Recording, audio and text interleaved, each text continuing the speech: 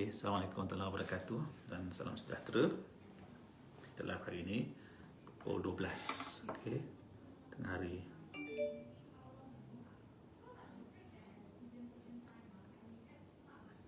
Okey, pada siapa yang tak kenal saya perkenalkan diri saya dulu. Nama saya Abdul Aziz Abdullah daripada syarikat Edigo Intellect PLT. Kami buat program-program training dalam bidang pembangunan diri dan juga untuk usahawan. Dan juga kami melaksanakan coaching secara individu ataupun grup kepada untuk pembangunan diri dan juga untuk usahawan. Okey, hari ini hari Rabu 30 hari bulan Disember. Satu hari lagi sebelum kita menempuh tahun baru. Jadi mudah-mudahan insya-Allah kita akan dapat menempuh tahun baru dengan semangat yang lebih lebih cemerlang dan gemilang.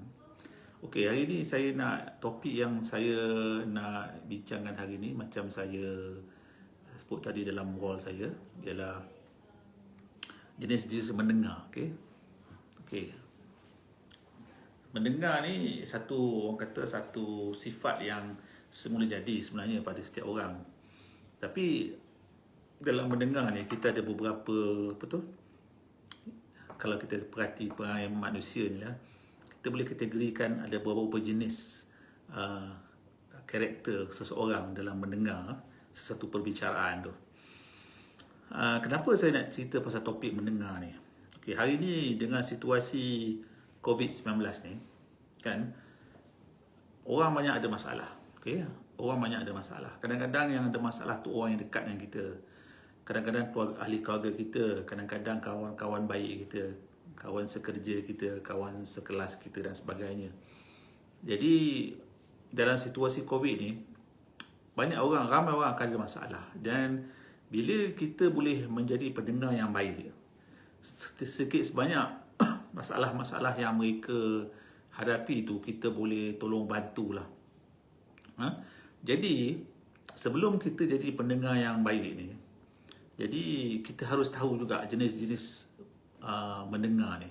Sebab kalau kita tak tahu jenis-jenis mendengar ni, instead of kita bantu seseorang tu, kita boleh mendatangkan lebih banyak masalah kepada dia. Okey, sebab macam saya kata tadi, hari ni kalau kita boleh mendengar masalah-masalah kawan-kawan kita, saudara mara kita, jadi benda-benda tu boleh membantu dia lah dalam merungkai isu-isu yang dia ada pada hari ini.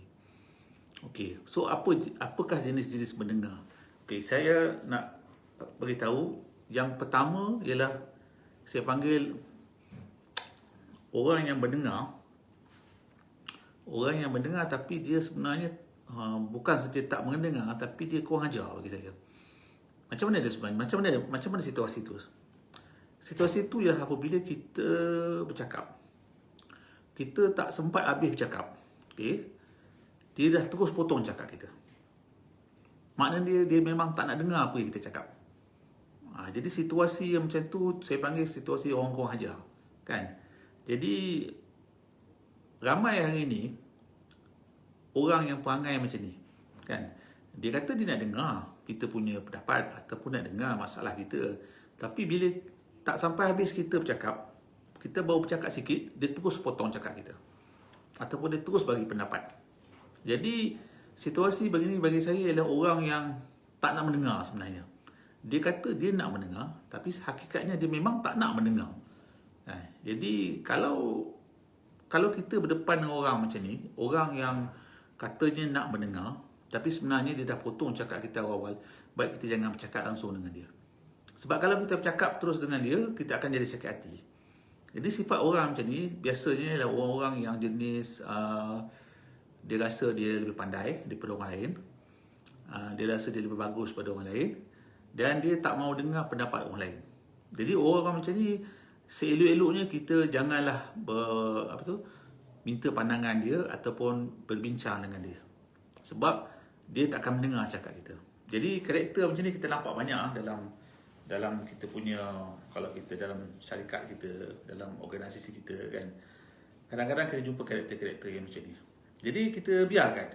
Kan? Kita biarkan dia dengan apa dia punya pendapat, apa dia punya pandangan, sebab dia tak mau mendengar pandangan orang. Okey, ini saya panggil nombor satu sekali, orang yang saya panggil tak hormati orang lain.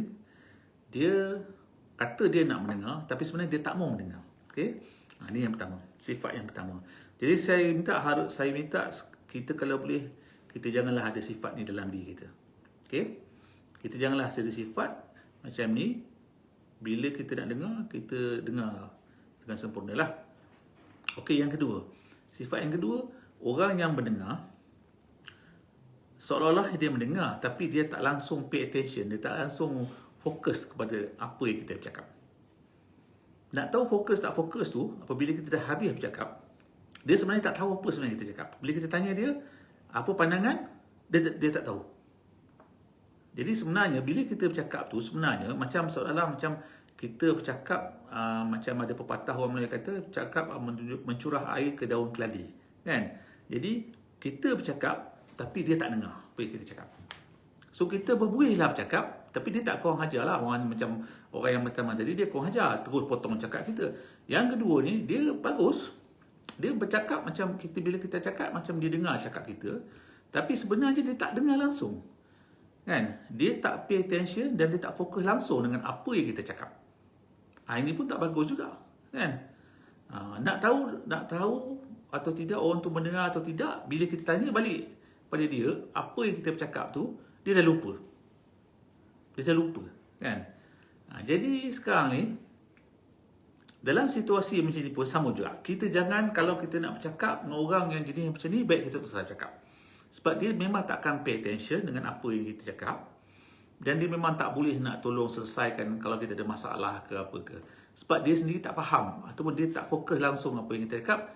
Dan dia memang tak tahu apa yang kita cakap. So, mungkin kita tak paksa ulang balik. Jadi kalau kita cakap seminit, 2 minit, dia tak dengar apa yang kita cakap. Bila kita tanya dia apa yang kita cakap, dia pun tak tahu. Jadi kita kena ulang balik. So, kita buang masa dengan orang macam ni. Kan? Jadi, kalau kita lah keadaan begini, bila kawan kita bercakap dengan kita dan kita tak dengar ataupun kita tak boleh fokus apa yang dia cakap. Nak tahu kita ni boleh fokus ke tidak ialah apabila seseorang tu bercakap dengan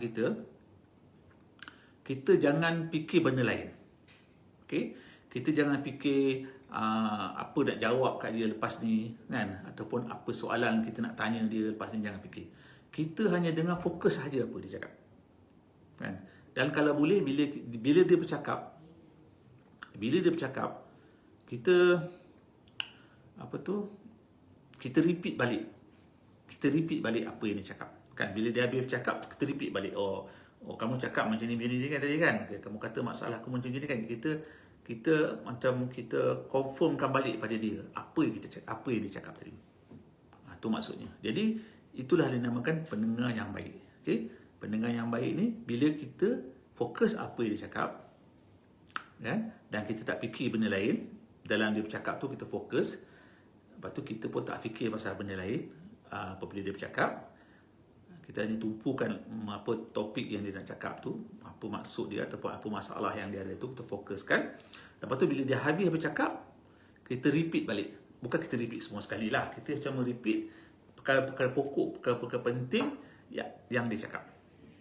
Jadi sekurang-kurangnya dalam situasi begini, kalau kawan kita bercakap dengan kita dan kawan kita menanyakan satu masalah, satu pandangan kepada kita, sekurang-kurangnya kita boleh fokus apa yang dia cakap.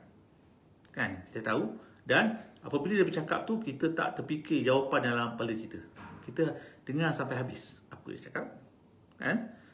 Bila dia dah habis bercakap, kita repeat balik ataupun kita bagi balik kepada dia kita punya rumusan apa yang dia cakap tadi. Barulah kita bagi pendapat kita ataupun pandangan kita terhadap apa yang dia cakap. Okey. Okey, yang ketiga,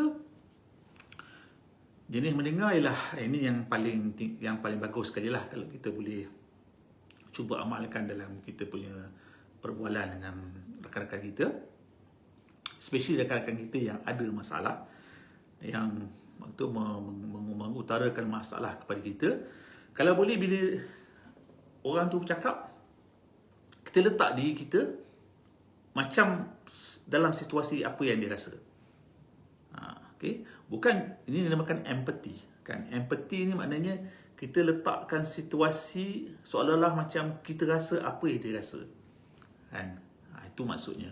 Kan bila dia kata saya ada masalah, apa tu, sekarang ni saya ada masalah tak ada duit, contohlah, saya ada masalah tak ada duit, dibuang kerja dalam situasi COVID-19 ni kan, saya tak tahu nak buat apa. Jadi bila dia bercakap macam tu, kita cuba letakkan diri kita tu macam dia. Kita letakkan diri kita macam situasi macam dia sekarang lalui. Maknanya macam mana kalau kita rasa sekarang ni kita dibuang kerja ataupun kita tak ada duit, kan, apa yang kita akan buat, kan? Jadi kita dapat seolah-olah macam kita melalui benda tu, walaupun kita tak lalui benda tu, walaupun kita tak ada, walaupun kita ni ada duit sekarang ni contohnya, walaupun kita tak dibuang kerja, tapi kita bila kawan kita bercakap perkara tu, kita seolah-olah macam kita rasa macam situasi tu kita melalui. Ini yang dia kata mendengar dengan secara empathy, kan? Jadi bila kita dengar secara empathy, mendengar secara empathy ni, bila pandangan yang kita akan beri tu, pandangan tu seolah-olah macam kita melalui benda tu. Jadi kita tak bagi pandangan daripada sudut orang luar, kan? Sebab bila kita bagi pandangan pada sudut orang luar, tak sama dengan benda yang pandangan yang kita beri seolah-olah macam kita lalui benda tu. Jadi yang ketiga ni sebenarnya kita susah juga untuk kita capai tahap mendengar yang begini. Tapi inilah kalau kita nak bantu sahabat-sahabat kita ataupun rakan-rakan kita, saudara-saudara kita yang sedang menghadapi masalah dalam situasi hari ini, yang masalah kewangan atau masalah kesihatan yang mereka hadapi pada hari ini, inilah cara yang terbaik. Okay? Yakni kita dengar luahan dia, kita dengar pendapat dia, kita dengar apa yang dia nak cakap, dan kita dengar dengan penuh fokus, dan kita letak diri kita seolah-olah macam kita melalui apa yang dia rasai, kan? Jadi bila kita letak diri kita dari perspektif dia, maka perkara yang akan keluar atau pandangan-pandangan ataupun cadangan-cadangan yang akan keluar daripada kita bukanlah sesuatu cadangan yang seolah-olah yang kata mustahil untuk dia lakukan, sebab kita letak diri kita dalam situasi dia. Okey, itulah saya harap apa yang saya cakap hari ini sikit sebanyak dapat beri manfaat pada tuan-tuan dan menonton. Jadi sampaikanlah kepada rakan-rakan kat sini, mudah-mudahan kita dapat bantu kawan-kawan kita yang ada dalam kesusahan ataupun tentang menghadapi masalah dalam pada ketika ni. Kita walaupun kita tak boleh bantu fizikal dari segi kewangan dan sebagainya, tapi sekurang-kurangnya kita boleh jadi pendengar yang baik kepada mereka. Itu sajalah. Sekian. Assalamualaikum warahmatullahi wabarakatuh. Okay, bye-bye.